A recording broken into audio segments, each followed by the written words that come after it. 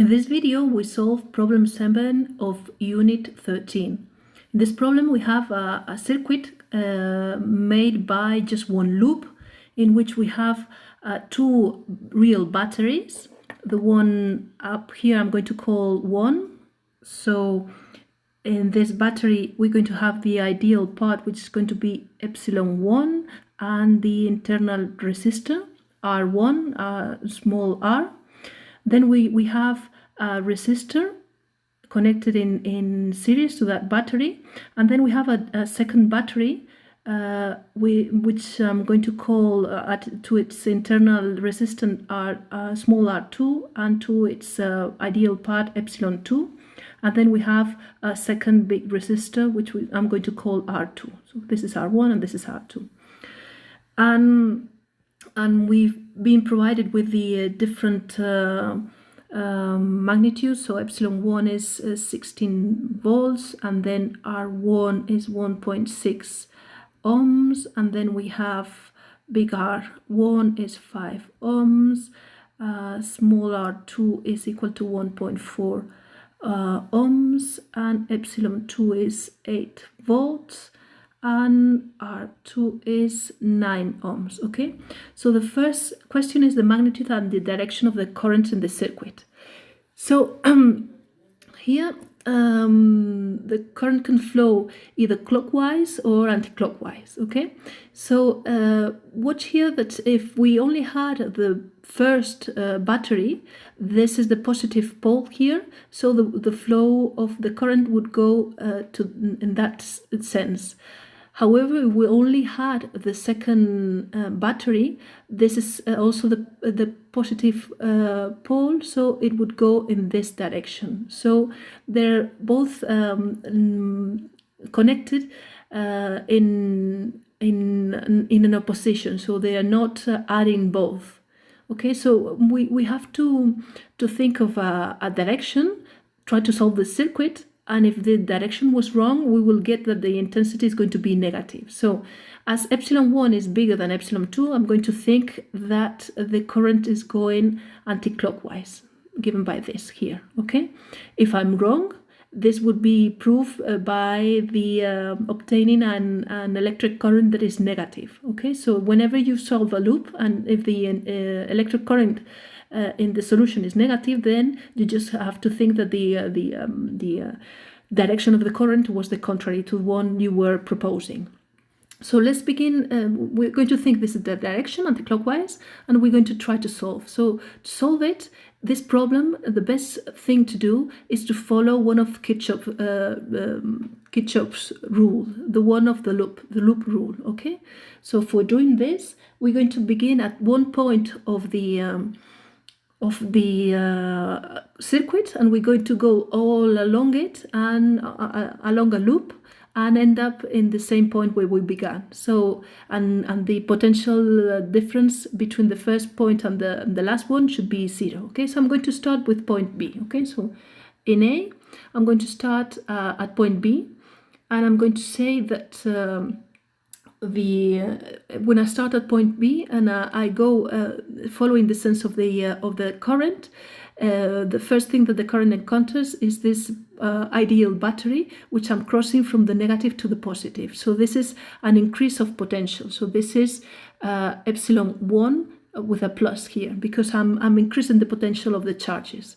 Then I come across a resistor. Okay, so this is the internal resistance of the battery, and as I'm crossing it in the same sense of the electric current, this is going to suppose a potential drop. So that's why I have to put here a negative here, and the potential drop is going to be given by Ohm's law, which is the intensity going through this small resistor. So now I'm in point A.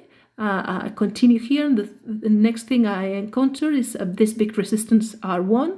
So as I'm going in the same sense of the electric current, this is going to be a potential drop across. So this is minus the intensity times R1, which is the potential the potential drop across this resistance.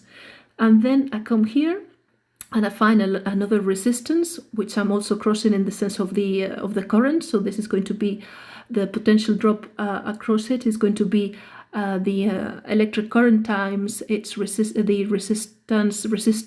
resistor's resistance. Sorry.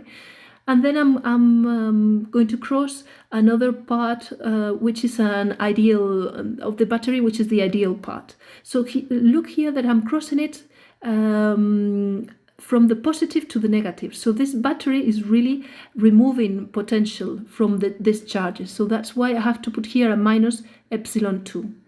Now I'm in point C and I come across another resistance resistor. So the potential drop is going to be the intensity times the value of the resistance. And I'm back to point A. So all these changes in potential have to add up to 0 because I've gone through a whole loop. This is one of the first of Kirchhoff rules, the loop rule. Okay. So from here I know everything except the electric current. So I just can solve for the electric current, which is going to be equal to epsilon 1 minus epsilon 2 divided by all the resistances I've been crossing. All these are R1, R2, etc. And if you put the numbers and you make the maths, this is equal to 0.47 ampere. Okay? So we already know how much electric current is flowing through this loop.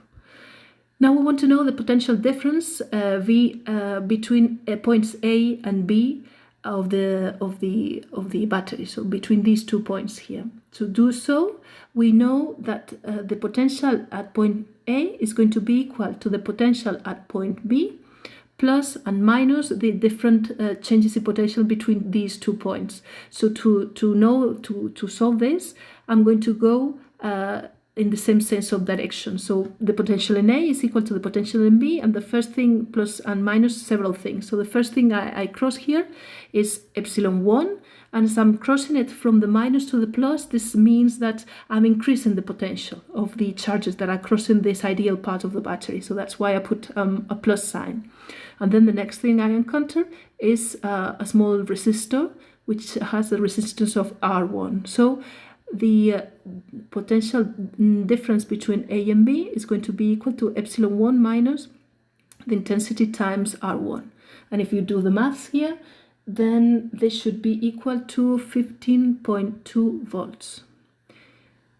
In the third part, in part C, they are asking what is the potential difference between points A and C of the circuit. So we're going to do the same. We're going to say that, for instance, the potential in point C is going to be equal to the potential in point A and then we're going to cross several parts of the circuit. Okay, so in this case, in C, what we're going to say is that the potential in C is going to be equal to the potential in A plus minus several things that we are going to cross. So the first thing we cross is the resistance. So this is going to reduce the potential is going to it's going to there's going to be a potential drop in this resistance, which is going to be given by the intensity times the resistance of this resistor. And then from here, what I encounter is again another resistor. So the potential drop is going to be I times R2. And the third thing I encounter is this electromotive force that I'm crossing from the positive to the negative. So this is also reducing the potential. Okay, so from here, I can solve for the difference of potential between A and V. So VA minus VC, A and C, is equal to epsilon 2 plus I times R1 big R plus small r2, which is, if you do the math, this is equal to 11 volts.